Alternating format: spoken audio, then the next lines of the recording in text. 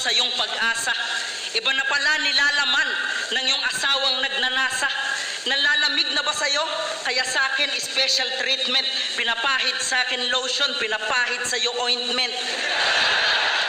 Nandun na tayo.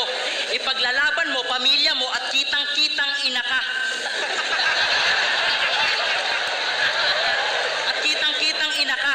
Pero hindi mo kailangang magmakaawa para sa pag-ibig ng iba. Kaya mo pa rin maging magulang. At the same time, masaya.